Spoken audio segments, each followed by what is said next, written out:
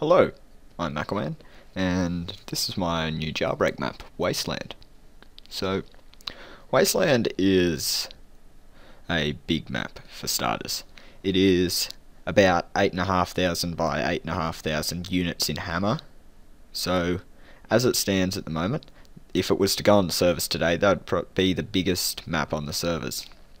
I've designed it in the sense that it's very big, very open, but I really wanted to achieve something like this basically from the start, with lots of different options for wardens, lots of different options for rebelling routes to run, and an overall big map, lots of potential, a lot of things can happen on it.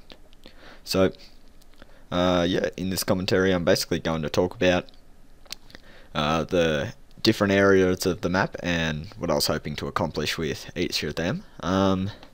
Balancing of the map, so each teams will have a fun time nearly every round playing on this thing, and overall the creative process, how I went about building it and how it ended up where it is today.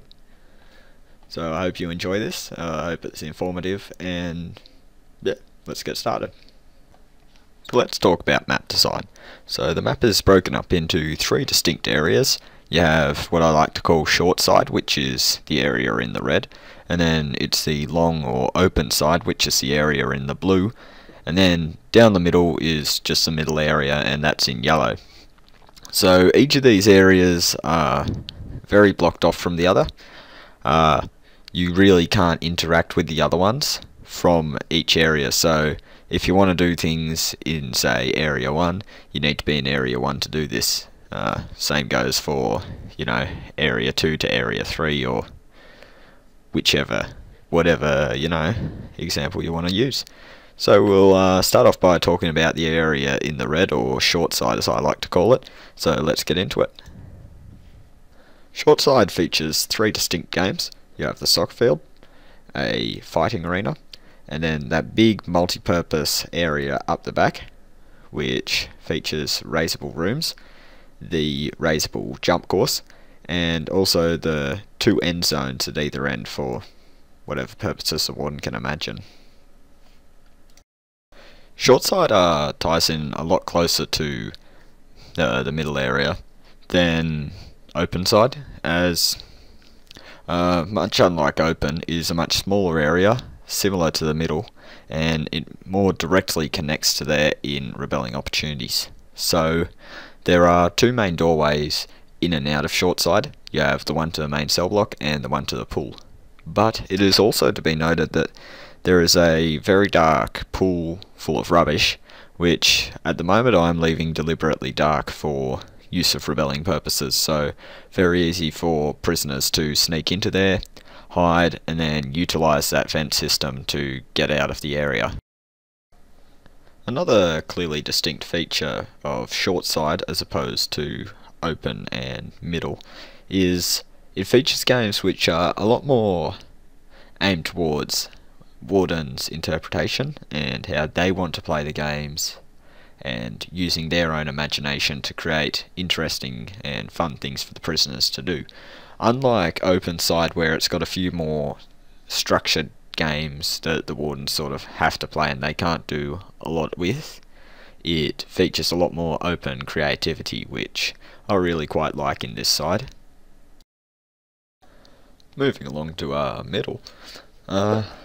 Middle is... there's not really a lot actually going on. You have the main cell area with one vent in the cell with the decal on the back wall. That leads you out too long, which offers a lot of opportunities there. And there is also a vent in the pool, just to the right of where you're looking at now. This vent leads you down into the sewer system, and that sprawls across the whole map, so there's a lot of different ways to get around there. There is also an exit on either side of the pool, and same in the main cell area too, both main sides of the map. The pool, not a lot to talk about.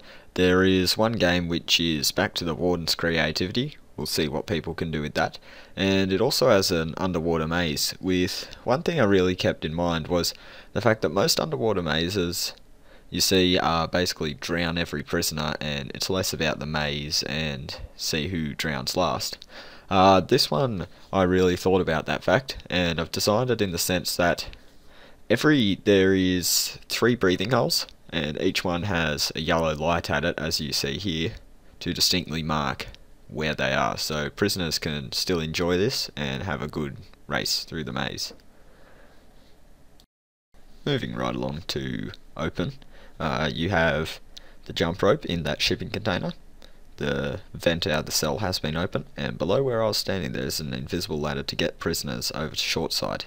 You have the Simon Says board, a basketball arena, the jump game which I'm flying over now. The shed you can see with the red roof is for the spleef arena. The one with the corrugated iron roof is for the cafeteria. Directly below me now is gun toss, and below me now is something more powerful. This big swampy area is actually toxic. The water will kill you at about 15 damage per second, and just being in the air will damage you about 2 damage a second. It is to be noted, on one of those islands though, there will be a shotgun which is going to be extremely powerful, and most likely some other weapon yet to be decided with balance. Moving along. So walking along ground level here, you can basically get a feel for the cover and how open this area actually is. So there's a fair few sight lines, but if we move along basically straight towards our spleef arena, you'll come to this alleyway. Sort of close quarters area, good for ambushing for rebels, and yeah, just another good area I feel. Spleef arena though, I sort of changed it a bit, and you don't actually die if you fall down. You get moved to this pit, so wardens can do what they want with you there. Next up we have the jump game, so prisoners can use the fan to propel themselves and try and land on a designated target, just like I demonstrated there. You have the gun toss there, and this area does need some work with lighting, but this here is one of the most important things about the map. When you turn this valve on, it's a once only thing. It will ignite fires in the sewers that will burn for approximately 25 seconds. You'll see them ignite here. It will burn prisoners at about 4 damage per second, so it's very powerful balancing rebels. Next up we actually just have the cafeteria, so standard tables. You have the kitchen area here with the deep fryer game that you could just see there, and there is going to be probably a pistol and a couple knives in here, so it's going to be another powerful spot for rebels. Moving along, you have this contaminated area, so you have the one-way trip out of the pool area to here, and then if you actually hop along the islands, in the middle there will most likely be a shotgun and, as I said, some other weapon. And it is to be noted, this will kill you extremely fast, so it's a high risk high reward scenario, and prisoners aren't going to get out of it unscathed. So that basically concludes the talk about the 3 main areas. This will be part 1 of 3 most likely for this developer's commentary about this map. I hope you've enjoyed. Yeah, so part 2 and 3 will most likely be coming in the next few days, so stick around for them, and I thank you for watching.